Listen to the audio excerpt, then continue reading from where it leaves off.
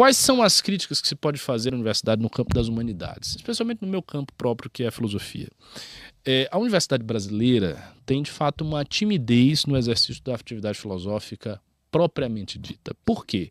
Porque a USP, que se configurou como uma matriz de toda a universidade brasileira, especialmente no campo de humanidades, e cujo método para se fazer filosofia se espalhou pelo Brasil inteiro, a USP foi montada, o departamento de filosofia da USP foi montado por professores franceses que vieram numa missão da França para o Brasil. Esses professores exportaram da França um estilo de trabalho filosófico que consistia em fazer análise textual. O que era a filosofia francesa acadêmica dos anos 20, dos anos 30, que foi exportada para o Brasil.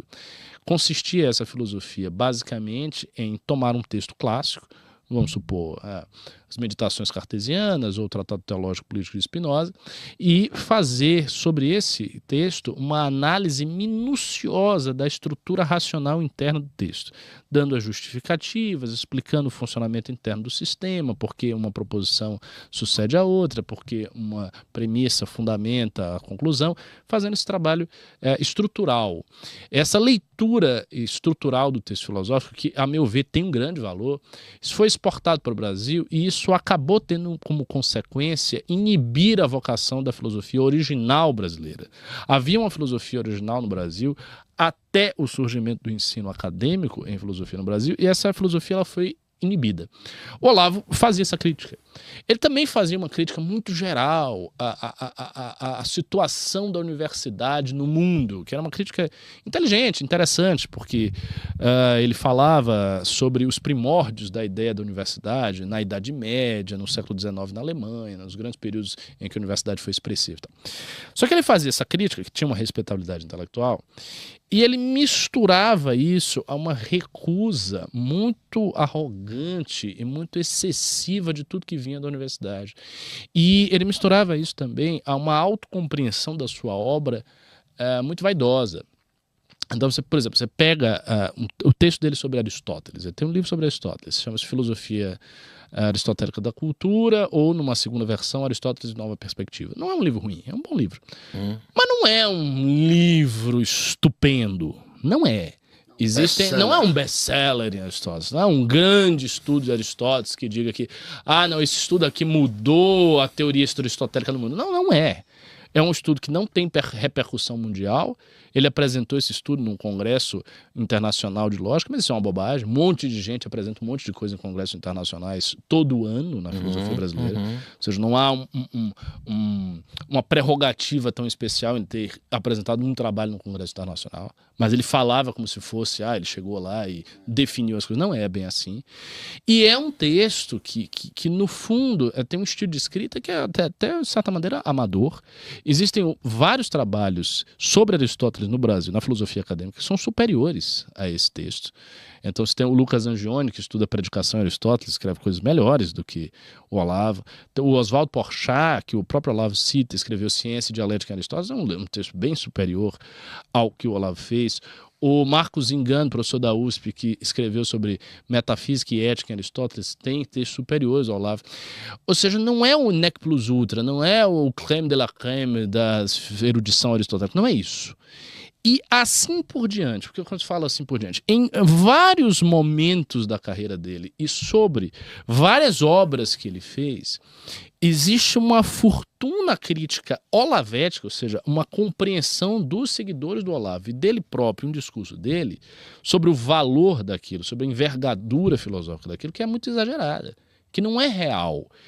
Então, o modo como ele critica a universidade é um modo deficitário, porque ele exagera as coisas. Então, ele fala da universidade como se eu estivesse em 4, 5, 6 patamares acima, mas ele não estava nesses patamares acima. Então, essa é a primeira coisa. A segunda coisa e esse é o efeito mais perverso, esse é um efeito particularmente terrível, e que está aí até hoje, e que é um problema a ser resolvido. Eu tenho algumas intuições sobre esse problema, mas estou longe de ter um método para resolvê-lo, porque as coisas, enfim, elas estão dadas do jeito que elas estão dadas. Se você observa a produção de conhecimento da direita no Brasil, ela é toda baseada nisso aqui, novamente. Não é só o discurso político, é também a produção de conhecimento, é celular. Então, o que nós temos? Nós temos muitos influenciadores que têm páginas e canais e perfis no Instagram e perfis em redes sociais e tal. E essas pessoas, elas opinam o tempo inteiro. Elas vendem cursos, elas Sim. têm cursos online de várias coisas, elas estão lá atuando e vivendo e ganhando dinheiro em função disso. E percebendo que o público está querendo. Que o público quer, e o público está interessado. Tal. Então, o que se formou no mundo da direita? Se formou no mundo da direita um conglomerado imenso de cursos e de coisas que estão na internet. Só que esses cursos, estes trabalhos, essas coisas, não têm um grande valor. Por quê? Porque eles são coisas produzidas para um público não especializado. Imagina, eu sou um filósofo profissional. Me formei em filosofia, fiz mestrado em filosofia na UFBA, estou fazendo doutorado na USP. Eu posso tranquilamente abrir um curso online de filosofia qualquer e ensinar o que eu quiser. E se eu tiver um público de direita que me considere o bambambam, as pessoas vão comprar meu curso. Pô, professor Ricardo, cara bacana, tá, vou comprar o curso dele, bota o dinheiro aí. Muitos intelectuais olavetes, portanto, que tinham ou que tiveram, né, o patrocínio, o beneplácito do Olavo, fizeram isso e fazem isso. E disputam um nicho virtual. Só que essas pessoas fazem os seus trabalhos, as suas produções, para um público não especializado. Para um público que não conhece as coisas. Se eu chego aqui e eu ensino um monte de coisa de filosofia para vocês que não são da área, vocês podem aceitar. Vocês não vão saber distinguir, vocês não vão ter o critério de distinguir o que é de alto valor do que não é. Então, o que rola na cultura produzida pela direita? Rola uma cultura que é fraca, que para os critérios acadêmicos não se sustenta, mas que consegue se sustentar numa boa direita precisamente pelo fato de que a universidade foi rejeitada. Como a universidade ela foi rejeitada, as pessoas, a universidade é coisa de maconheiro e comunista.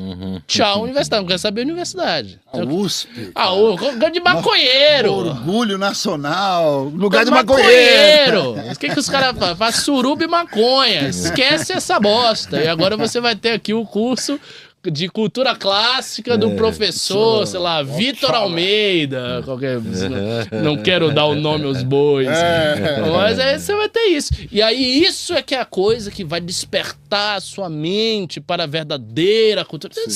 Isto é, meus senhores, enrolação. Isto é uma vergonha. Isto é uma vergonha. Isso é uma vergonha. As pessoas estão enrolando. Tá ligado? As pessoas estão enrolando, elas realmente estão enrolando um público que é ignorante, que não sabe. E você vê, isso está meio que consolidado. E isso precisa ser rompido. E precisa denunciar. Você tem que meter o dedo lá na ferida e denunciar isso aí. Porque enquanto a direita produzir cultura deste jeito, nunca vai produzir cultura de verdade.